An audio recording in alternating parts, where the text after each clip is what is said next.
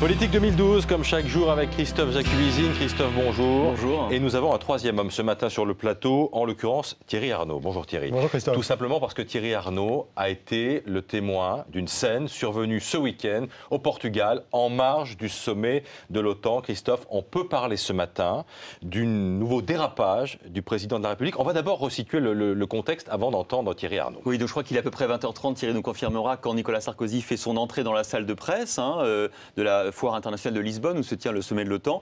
Le chef de l'État a sa tête des mauvais jours car sur le TF1, dans le 20h, Dominique de Villepin vient de lancer une nouvelle attaque, une nouvelle charge dans l'affaire Karachi. On écoute l'ex-premier ministre.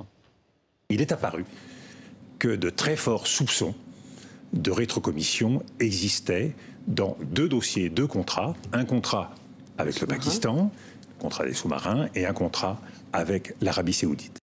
En plus, la veille, le site Mediapart, une nouvelle fois, a fait état de documents retrouvés par la police française et la police luxembourgeoise, dans lesquels il y aurait la preuve que Nicolas Sarkozy aurait donné son accord à la création d'une société luxembourgeoise qui s'appelle Hein, et c'est par cette société qu'auraient, toujours au conditionnel, transité des commissions, voire des rétrocommissions dans l'affaire Karachi. Nicolas Sarkozy se présente devant vous. C'est là que Thierry Arnaud, que le président de la République, effectivement, il faut dire quoi, pète les plombs ? Non, pète les plombs, c'est excessif. D'abord, ça a démarré dans une ambiance plutôt détendue parce qu'on a passé en revue, vous savez, on discute de tout dans ces cas-là, c'est assez informel. Donc on l'a interrogé sur les sujets du sommet de l'OTAN, l'Afghanistan, le bouclier antimissile. Sont venues ensuite les questions sur Karachi. Et là, alors, que dit-il ?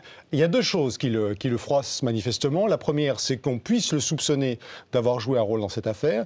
Et la deuxième, il est un peu sur le même registre qu'il était mardi soir à la télévision. Il attaque un peu les journalistes sur le thème « Vous ne faites pas votre métier de manière sérieuse ». Donc il s'adresse à un journaliste et qu'est-ce qu'il lui dit ? Alors il s'adresse à un journaliste, il lui dit voilà, ces accusations contre moi, elles se fondent sur quoi? Elles se fondent essentiellement sur ce qu'a dit Charles Millon, l'ancien ministre de la Défense, devant un juge. Charles Millon, il a dit quoi? Il a dit je me base sur mon intime conviction, et mon intime conviction, elle se fonde sur des rapports oraux, des conversations avec les services secrets. Alors oui, mais ensuite il enchaîne en disant imaginez par exemple que sur la même base, je vous accuse, moi, d'être pédophile. Par exemple, vous êtes pédophile, voilà. C'est ce qu'il dit en exactement. substance. Vous êtes pédophile. C'est mon intime conviction, si on me demande pourquoi. Et si on me demande d'apporter les preuves, j'explique que ça se fonde sur des rapports oraux, des conversations que j'ai eues avec des services.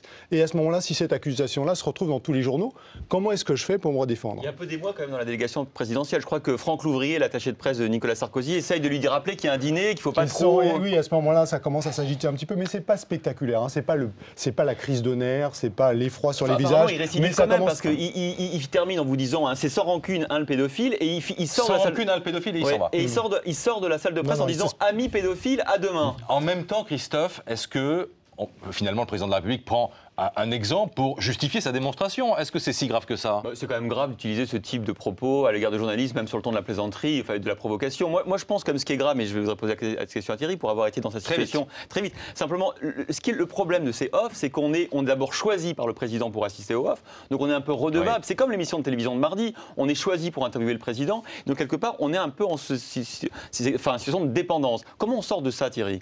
Écoutez, on attend 3 jours pour le révéler, c'est ça, en s'affranchissant un peu. C'est ça qui est étonnant, ça a mis 3 jours. Vraiment, d'un mot, Thierry. Oui, on ne peut pas griller un off. On ne peut pas griller un off en un mot. Une fois que l'information est sortie, on est fondé à la relayer. Mais si on veut continuer à faire son travail de journaliste politique, le off reste un outil dont on a besoin. Il y en a un d'entre vous qui grille le premier le off quand même, heureusement.